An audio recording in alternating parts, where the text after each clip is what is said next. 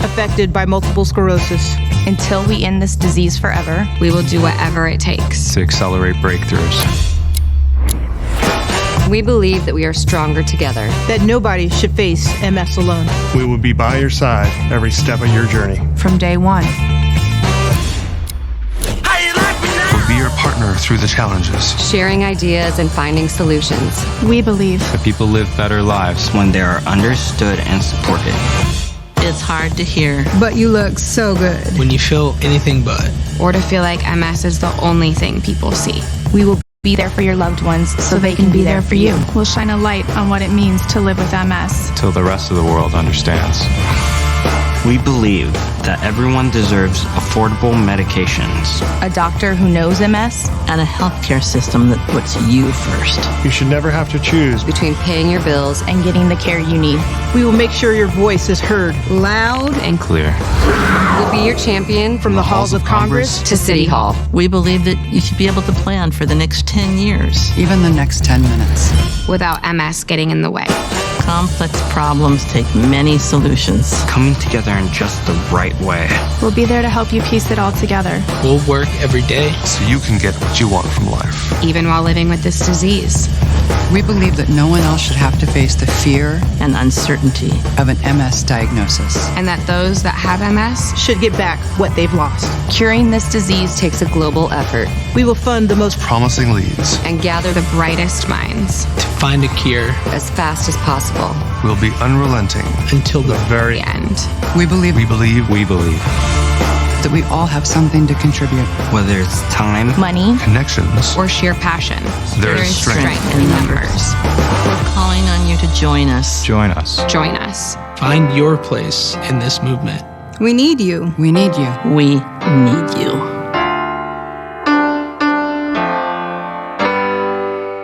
Together, we will create a world free of MS.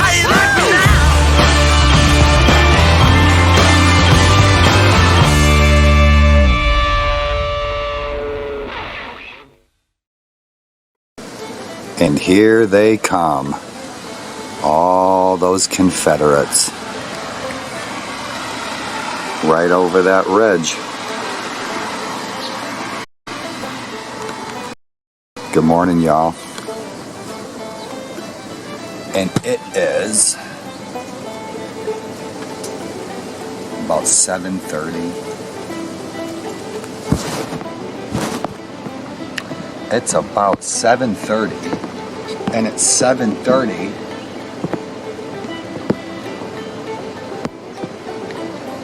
on the morning of July 1st, 1863. An 8th Illinois cavalry officer by the name of Marcellus Jones fired the first shot of what would turn into the Battle of Gettysburg. And so we're sitting here between McPherson's Ridge and Hare's Ridge. It's what we were just looking at. And right now, 158 years ago, the Confederates were coming over that ridge that we often look at sunset.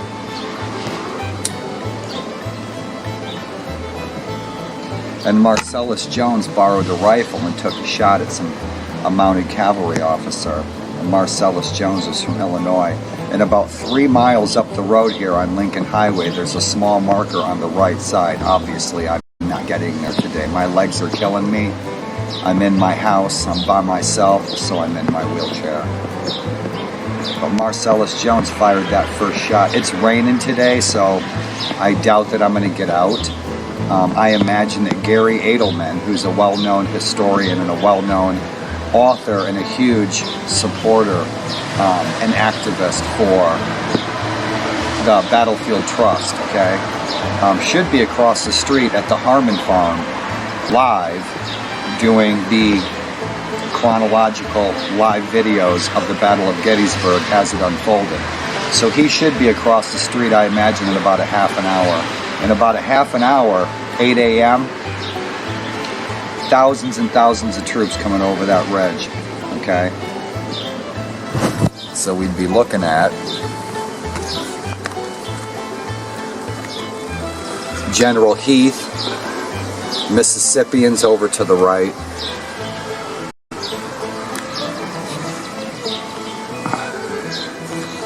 So we'd have Mississippians, this is Mississippians, 42nd Mississippi, and General Heath coming right across there. Archer's Brigade, Tennessee. General Archer coming right over yonder.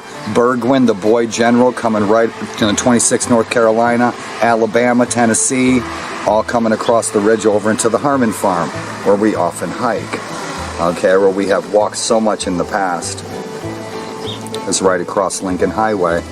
And so that's what we're looking at, man, at this time of the morning. I'm not getting dressed out. I'm not getting out today. The skies are dark out there. It's nice out, man. It's like 70 degrees. It's really nice. But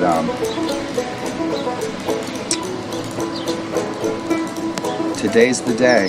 Today's the day that kicked off a battle that would change American history, that was profoundly instrumental in freeing a people from slavery, changed the course of this country. For better or worse, we'd have to say better for sure.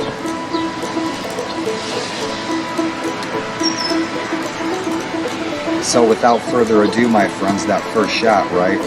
And so I won't be firing powder, but I was born in a hospital in Ottawa, Illinois, like most people in that county. It was probably the only hospital in that county. Being from Illinois, we're going to fire that first shot.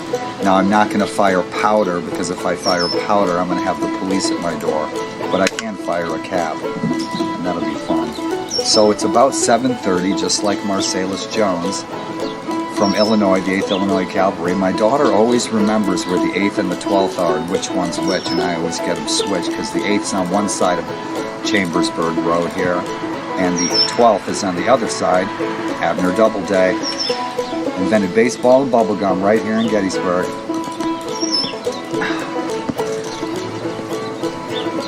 Let's have some fun, huh?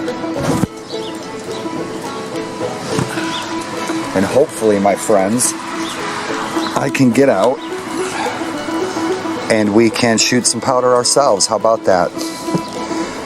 And I may indeed just have a ride, and I'm looking forward to my friend Don coming to visit.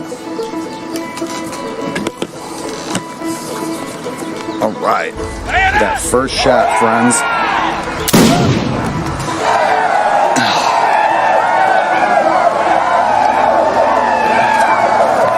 7:30 a.m. Battle of Gettysburg.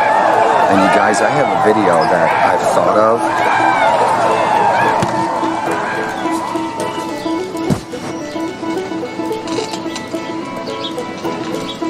that I don't think anybody's done. I have an interview. I'm going to get an interview with one of my neighbors who has a mysterious occupation that is Civil War and Gettysburg related, that most people don't know anything about that occupation or how they attain that occupation and exactly how tough it is to be a battlefield guide.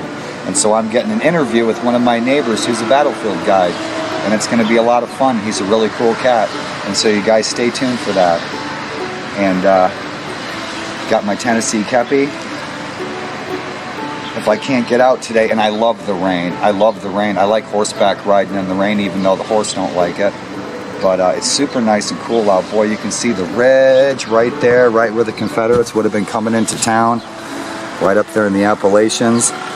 And so right out there in Cashtown, right up on that ridge there in the Appalachians, we would have been hearing horses and horses and thousands of horses, and we would have been hearing hundreds of wagons and troops marching right over that mountain yesterday, and right up this road, right across these fields, thousands of men coming right into Gettysburg 158 years ago, right now. How about that?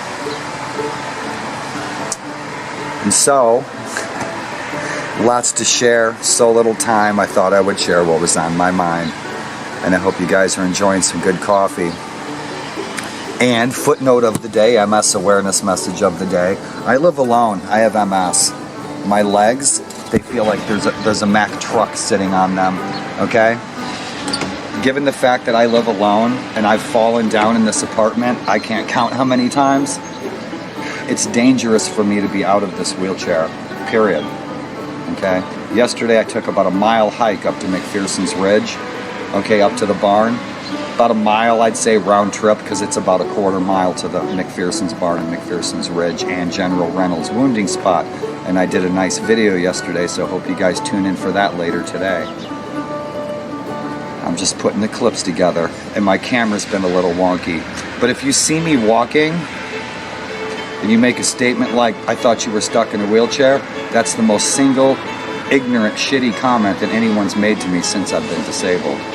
So in contrast, my friend John Haverkamp is responsible for saying the two most positive things and supportive things to me since I've been disabled.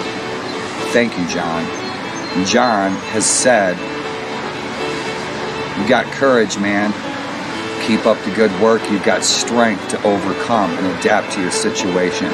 Thank you for those supportive words, John, because those are just the kind of things that people in my situation, all my MS friends far and wide, that's what we need to hear. That's the understanding that we are shooting for. Pun intended. Thank you for understanding MS awareness and being aware that if I get up out of this wheelchair right now and it feels like a pit bull just ripped the muscles off my bone just a second ago, to go in there and take a poop, I might fall down, hit my head on the corner of a table, crack my skull, and there ain't nobody here. I'm done. Yesterday when I was out taking a hike through Herbst Woods and Reynolds wounding spot, which I'll share with you guys later today, McPherson's barn, I had to stop 20 times. If I would have fallen down out there, cracked my head on a rock, no one's gonna find me, I'm done. And that's it. That's MS reality. That's MS awareness. Okay? So if I get out of this wheelchair, my leg's killing me, I don't know if I'm gonna fall down. Okay, at all. But my leg hurts constantly. Every second of every photo or video that you guys have seen me in for the last 3 years, my legs are killing me. It is pain like your muscles are being ripped off the bone right now at this very moment. But I've learned to do this because I've been through this before. 15 years ago with hemochromatosis, I felt like someone was bayoneting me in my rib cage. And that's it. My joints filling up with iron, I felt like the Tin Man full of rust. So I learned to adapt, and there's no point in going around and showing a mopey, grumpy face and in pain. That's no fun. Okay, but underneath this smiling composure, that's what's going on. And given the fact that I could get out of this chair, be nice or be dog food. So, with that having been said, please pay attention to my MS videos. Please read what I write. Please understand, or bite your tongue. On behalf of everyone with MS everywhere, for those of you that understand that I might be able to get out of this chair for a few minutes today, I might be able to get out of this chair for a half an hour today, I might be able to walk a half a mile today with great struggle. Thank you for understanding. Thanks for becoming aware from all of us everywhere, 2.8 million of us. Thank you for understanding and not judging a book by its cover, but rather saying, damn man, good for you. Keep up that strength. I admire your strength. And John Haverkamp, my friend Bob, people like you, Kathy, Melanie, all you people have been supportive. Thank you for understanding and being aware of what MS is and what MS isn't. Gracias. Señoritas and muchachos.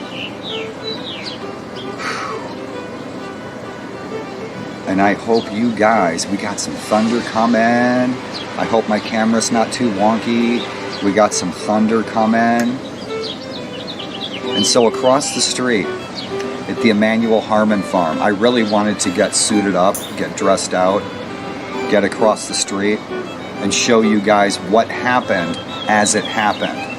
But I'm going to tune into Gary Edelman's American Battlefield Trust.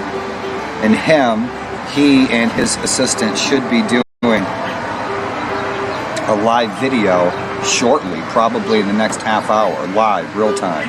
And I'll post that along with this video in the comments, so I hope you guys tune into that.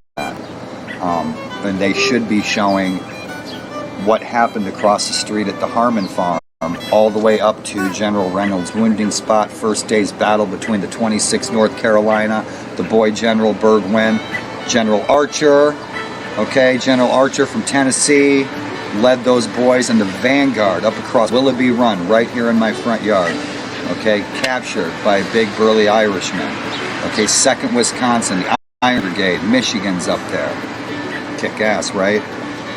Those black-headed fellers again. And so today is one of 2 very important anniversaries here in Gettysburg. Today is the anniversary of the beginning of the Battle of Gettysburg. And then we also have Remembrance Day in November, which we have a big parade, and I'd sure like to get downtown for that. I need my wheelchair for that. If I could get my wheelchair outside, up and down these stairs every day, I would be in my wheelchair every day, out and about, but I can't get my wheelchair up and down these stairs by myself at all. I would be out in my wheelchair. Where I was yesterday walking, I can't get any wheelchair there unless I have an outdoor wheelchair. And I'll be doing a fundraiser for my birthday for an outdoor wheelchair in October. The temperatures will be cooler. I'll be able to be outside and get outdoors in the colors. I got my friend Zug coming to visit me. My friend Andre from up north is going to come and hang out for October. But I'm not going to be out much like most people with multiple sclerosis. I'm not going to be out much this summer. It's too hot. I can't take it. If it's 80 degrees for you, it's 150 for us. It feels like you're in a pressure cooker, like there's a giant squeezing you. It's bizarre. MS is the most bizarre thing that I've encountered in my life. It's more bizarre than taking lysergic acid diethylamide and going skydiving. MS is more bizarre than that. Our symptoms change every minute.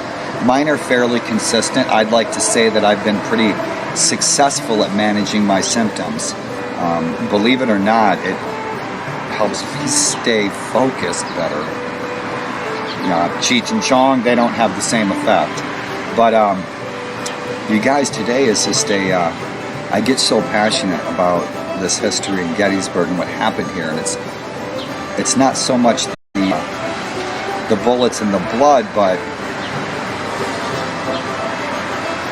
these profound moments in time and how they affected the lives of everyday people and everyday soldiers, and how everyday soldiers like Sam Watkins, all the way up to Oates or Barksdale, and how it affected their lives and how they perceived this and they digested it and they shared it later.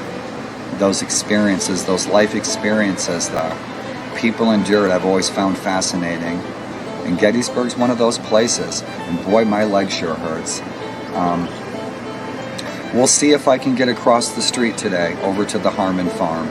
And where you guys have seen most of my videos is right across the street. Thousands and thousands of men laying right over there in that soil. Right here where I'm at.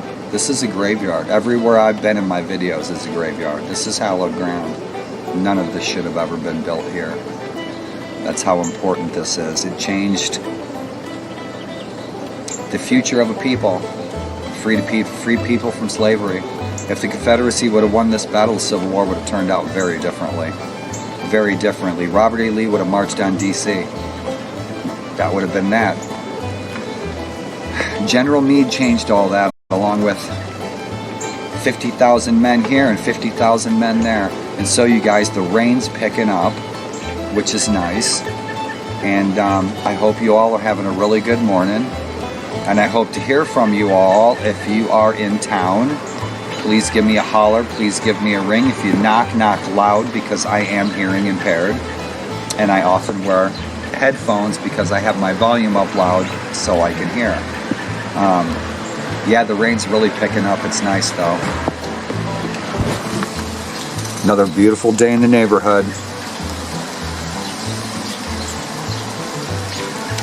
And so, my friends, I talk all day if you'd let me. Thanks for tuning in. And please, all my friends out there far and wide, please be safe today. Please take a minute to If you're a Christian, say a prayer for these boys that died here. Most of them were Christians. I'm hoping to get out to the 82nd Illinois Monument.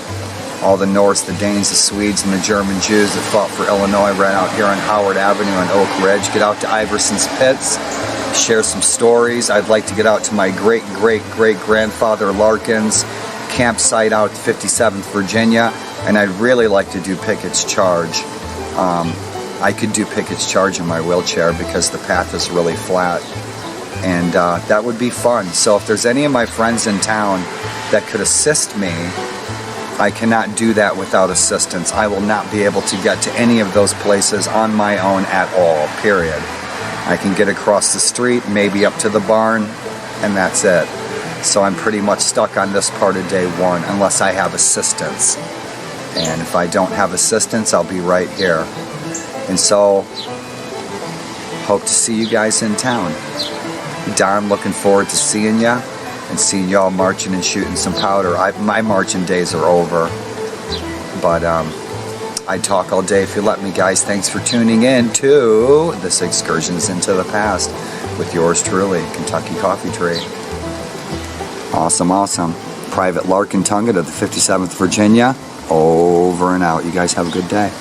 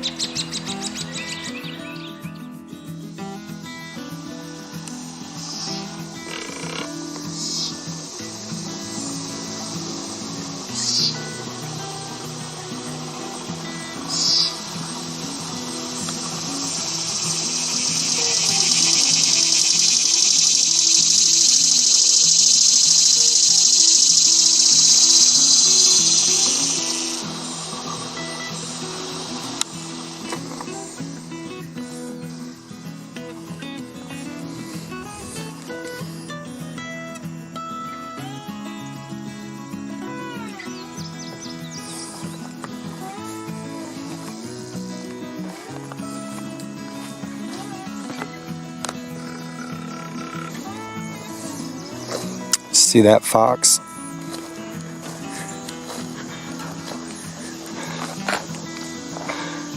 He's long gone.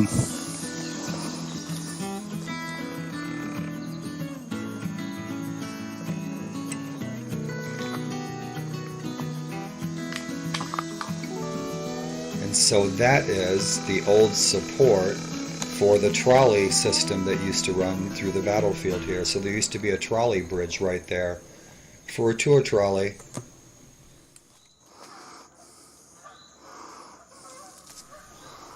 Thanks for coming for a walk with me today, guys. I hope you enjoy it as much as I did.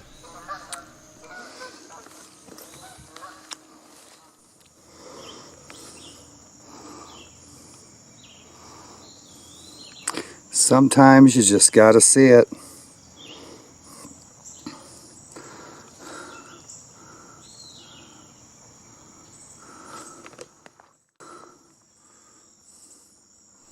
And so we are down here in my neck of the woods today, out here in the Gettysburg battlefield. And this is really my front yard. We're out here on day one of the battle on Willoughby Run.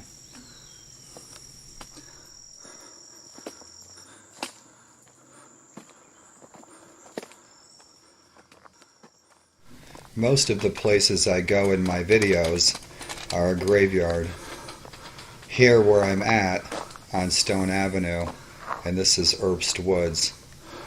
8,000 men died in 20 minutes.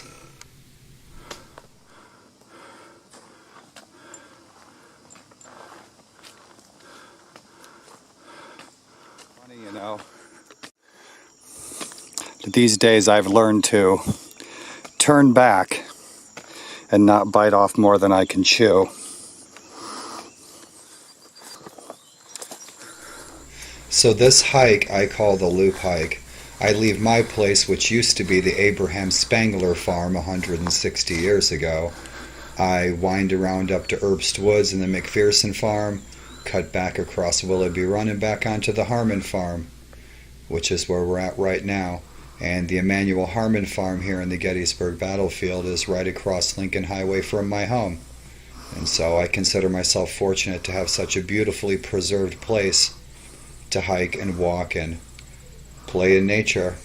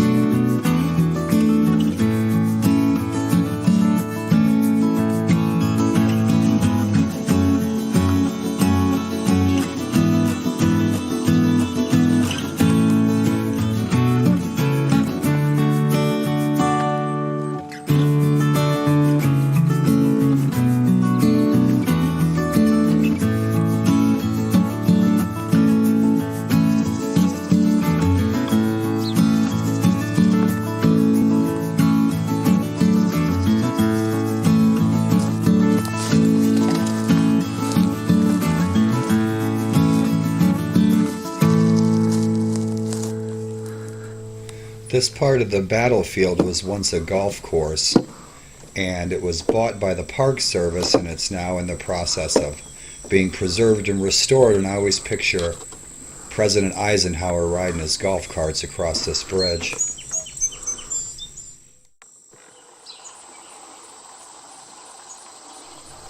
So back when I was a kid, I spent a lot of time with my quadriplegic uncle. And when I wasn't spending time with my quadriplegic uncle, I was doing a lot of traveling. But what I would do when I would travel is take videotapes of the places I was at. Beautiful scenery. My uncle was stuck in his house and shut up for decades, stuck in a wheelchair. And so then I could share those videos with him. This was before the internet. I could share those videos with him of the places that I had gone that he could not go to. And here we are years later, and I'm now disabled myself, and I thought I would share a little bit of my world with people who cannot get out.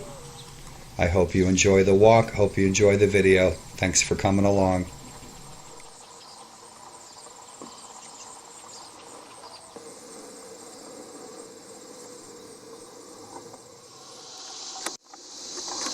Sorry it's a little shaky, but that's cool. It's my nature moment of the day.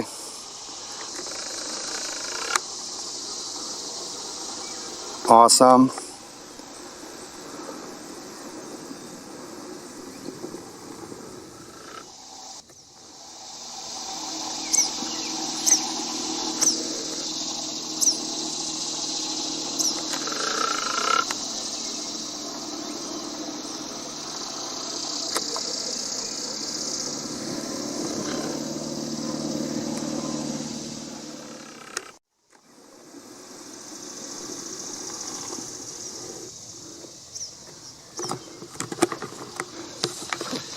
You guys have a good one. Get outside, take a walk if you can. Cane or no cane.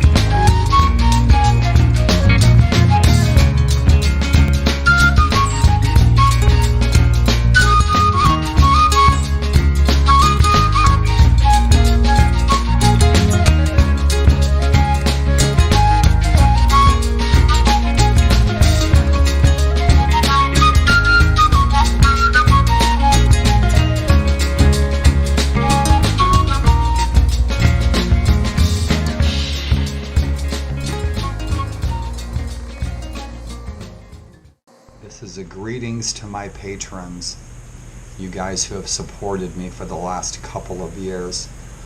There's not enough that I can say to you or about you, except thanks for your support. Thanks for having my back. It was 2 years ago this week that I knew something was really wrong, that something wasn't right. And several months later I had applied for disability, and I was diagnosed with 2 more illnesses on top of the 2 that I already had. And so it's been a really rough last couple of years that has been made greatly better by you guys' support and your kindness. And I know every one of you personally and have for years, except for one of you, and that's Sarah. And Sarah, I hope that you are having a very safe and wonderful weekend wherever you are. And I wanted to shout out to you guys and say thanks. It's been a rough year for my health. I hope you enjoyed the video. With these cooler temperatures and autumn being here, I'm going to be able to get out more. In any event, guys, words can't tell how grateful I am for your support. I would literally be homeless and dead if it wasn't for your support. That's my reality. But because of your support, my bills are now being paid. I'm not facing eviction. I have food to the end of the month. At this point now, I even have medications for half the month. And so I am leagues in better shape than I was 2 years ago. So thank you guys, and please, every one of you, I hope to see you again someday and tell you this to your face. I love you guys to death. That's, I guess, sums it up. And so if you're ever in town, you know my door is always open. And any of my friends who've ever stepped up to help me or assist me in any way, big or small, thank you from the bottom of my heart. Love to hear from you. You guys have a safe and happy and successful and healthy week ahead. Here from Gettysburg. I hope you enjoyed the video. You guys have a great evening, surrounded by those who love you the most.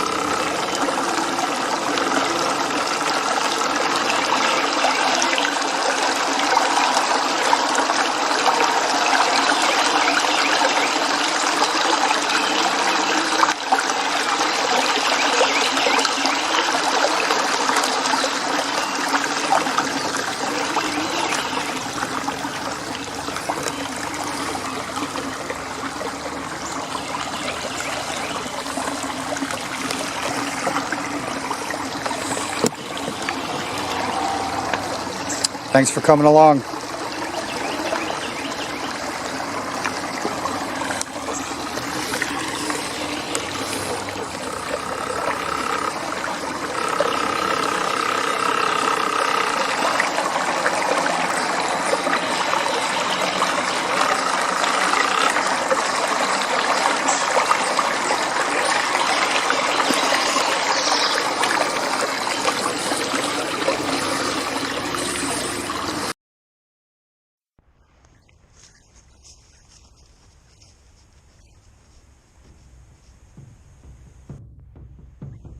Thor and Odin walked on our hills, slept in our valleys, loved our women and drank from our streams, and that makes them seem like neighbours.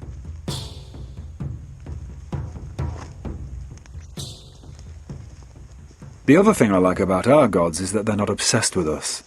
They have their own squabbles and love affairs and seem to ignore us much of the time. I've never been so stupid as to think that Thor, or Odin, or Hoda loved me. Though, I hope at times they have thought me worthy of them.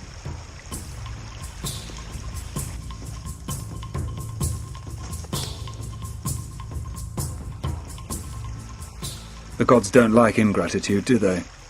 What the gods like is chaos. The gods were happy.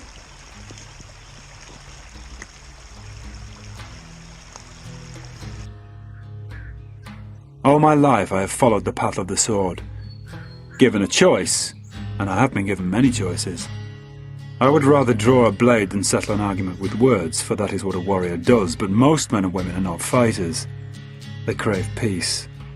They want nothing more than to watch their children grow, to plant their seeds and live to see the harvest, to worship their God, to love their family, and to be left in peace.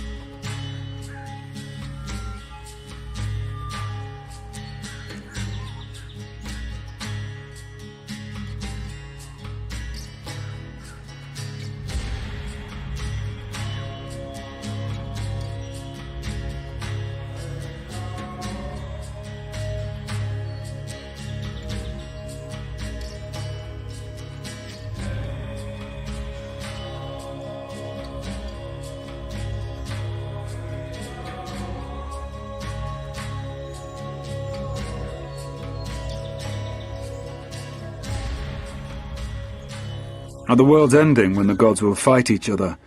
All mankind will be stricken with a great frenzy, and the rivers will flow with blood, and the sky shall be filled with screaming, and the great tree of life will fall with a crash that will be heard beyond the farthest star. But all that is yet to come.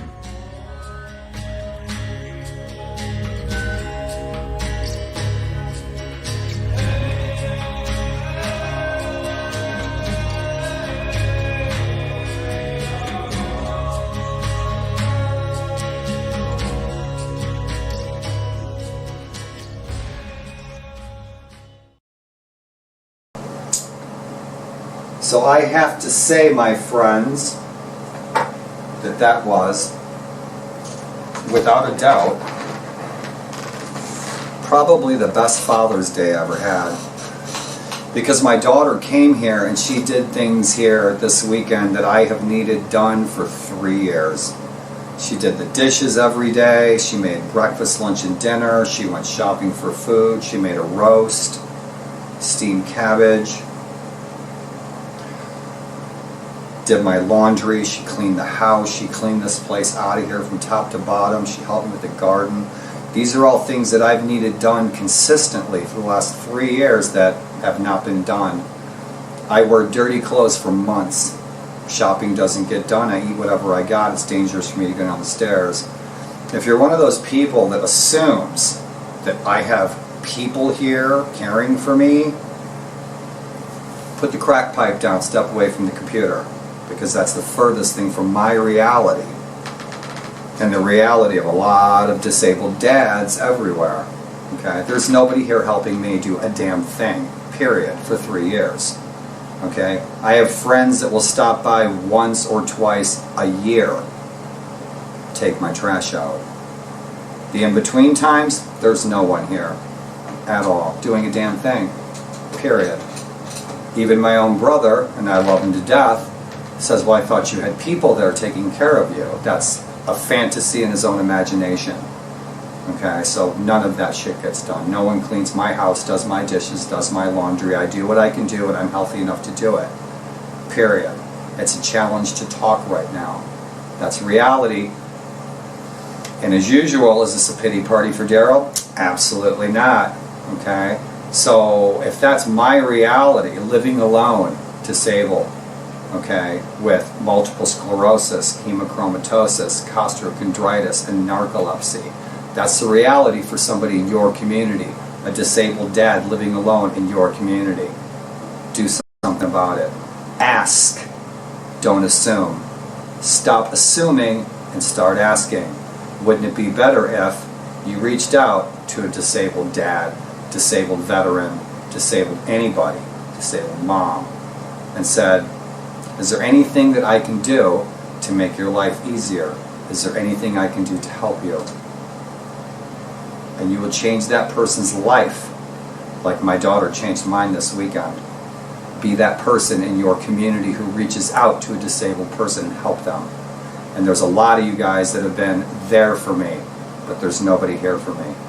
And that's my reality. And if that's my reality on this Father's Day, that's the reality for a lot of dads out there. Do something about it. I'm begging you. And you guys have heard this message 100 times. Do something about it. And so my daughter went through here, did my laundry, cleaned this place top to bottom. She got stuff out of here. She made a roast, she made dinner, breakfast, eggs, bacon, BLTs. We had an excellent weekend. This has got to be the best weekend that I have had since I've been disabled the last 3 years. Thank you, Sage. I love you. And all of you dads out there, happy Father's Day. And I sincerely hope you have a daughter or a child in your life like I do. One that gives a damn and one that makes a difference. Thanks for tuning in, guys. And all you dads out there, happy Father's Day from me to you. Rock and roll.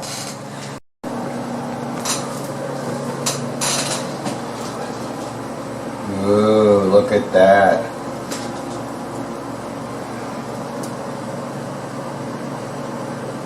Father's Day brunch. And now Father's Day,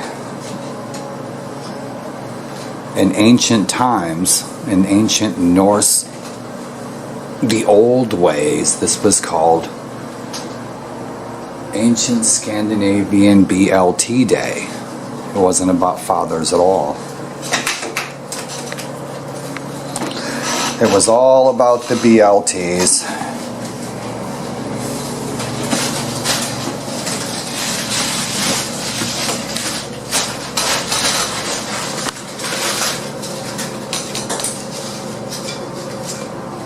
And so all you kids out there today, make sure your dad gets a BLT.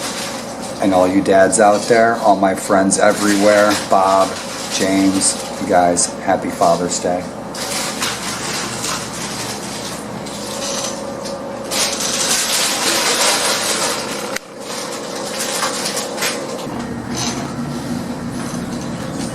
Those are pansies. Remember Uncle Ernie gave those to you, those pots. And then there's one up top to your right.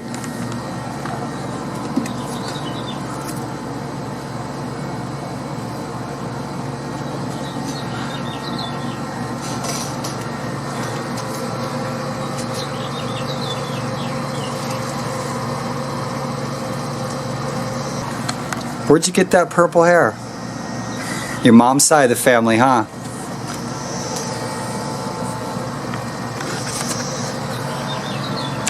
Have fun day, y'all.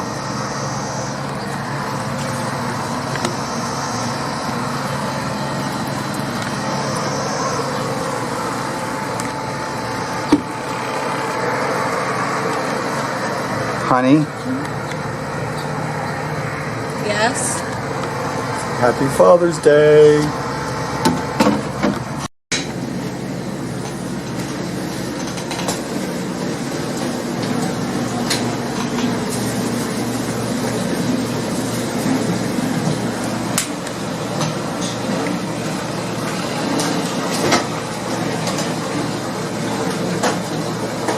Somebody's making us dinner. It must be Father's Day.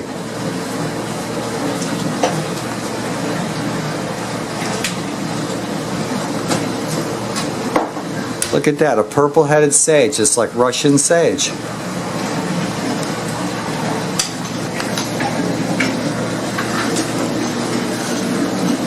Cool. That turns out okay.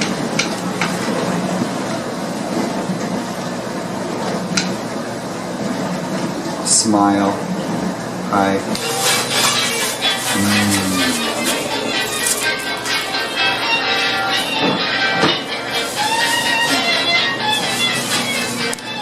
Poor host.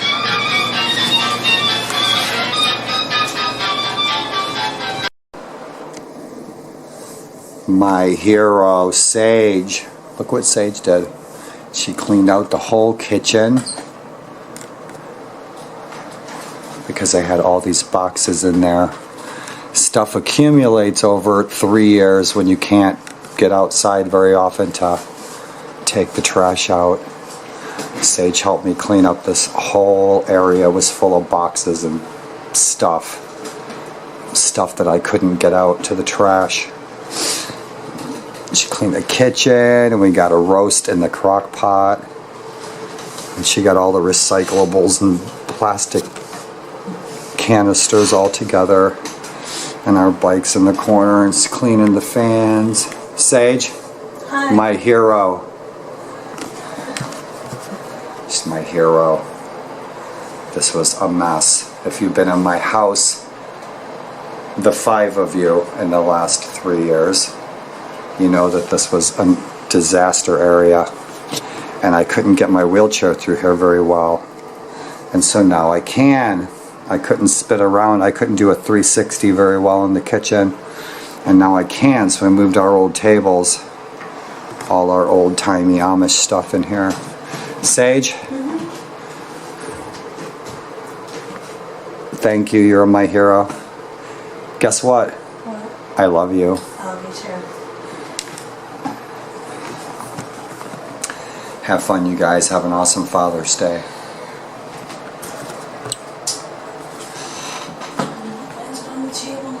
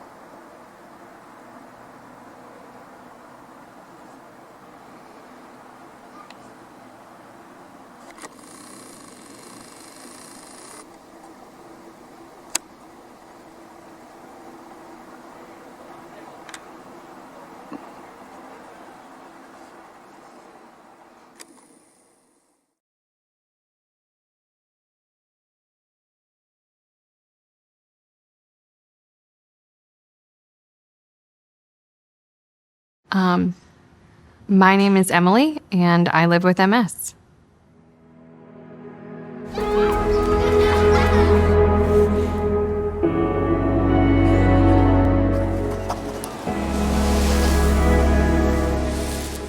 On a good day, I am walking fine. I can do just about everything I want to do. My dad's doing pretty well. He's still walking, he still works full time. With my new infusion, I am having more better days than bad days. My knees feel good. I can actually feel all 10 of my toes. I haven't had any symptoms or episodes in a long time. I think the rate at which we're finding discoveries in MS is pretty astounding. A generation or two ago, people had no treatment options to turn to. The medications have really changed the course.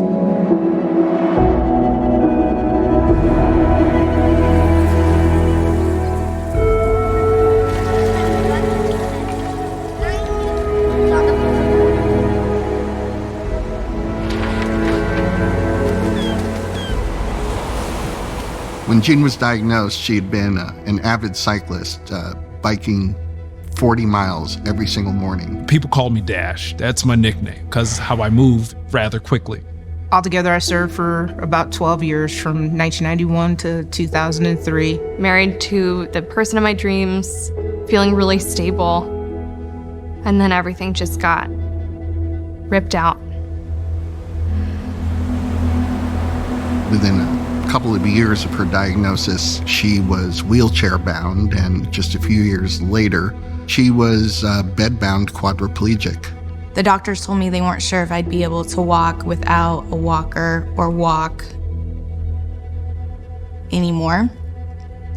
I couldn't run. It would just mess with me in my mind, like Dash couldn't run. My mom also had MS. I can only hope that when it comes to my MS, that it does not impact me as much as it did her.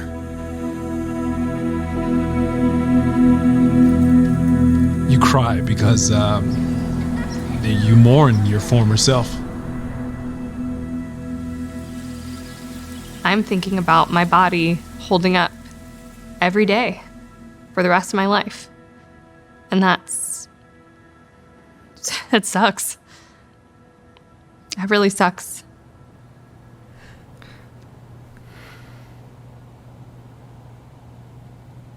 But we're resilient. We always have been. All these drugs that we have to slow down the progression of the disease is great, but what I would like to see in my lifetime is an actual cure. We've really come a far way in such a short amount of time. If we continue doing what we're doing, raising more money, supporting more research, we will find a cure. Talk to us, reach out to us, listen, because the only way we can find a cure is with help from everybody. We have to go on offense. We have to change the course of this. And I don't think that's a lot to ask. There's a lot more that we can do. Well, I appreciate everybody's attention, and I want to thank you so much for listening. Thanks for listening. Thank you. Thanks you guys all. so much Thank for you listening. for listening.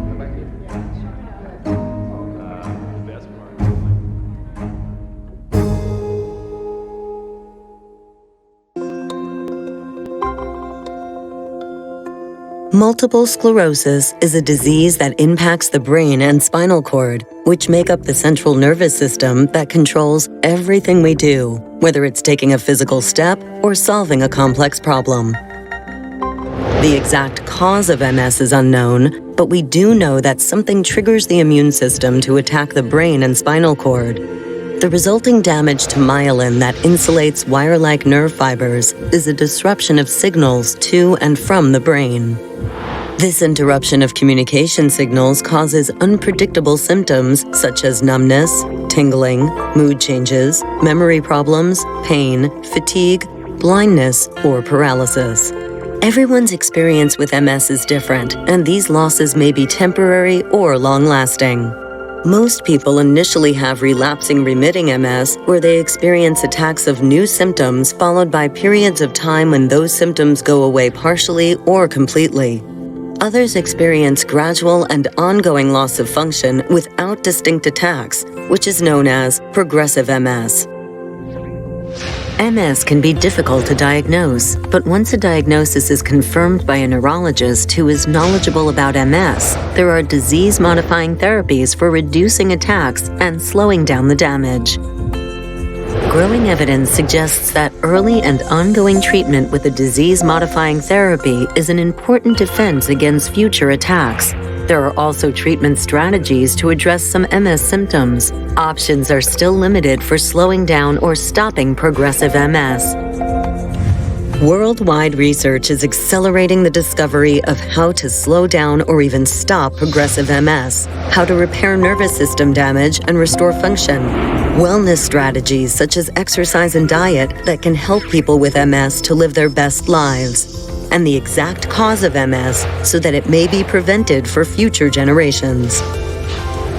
To learn more about multiple sclerosis, connect with others to drive research for a cure, and to address the challenges of everyone affected by MS, visit nationalmssociety.org or call 1-800-344-4867.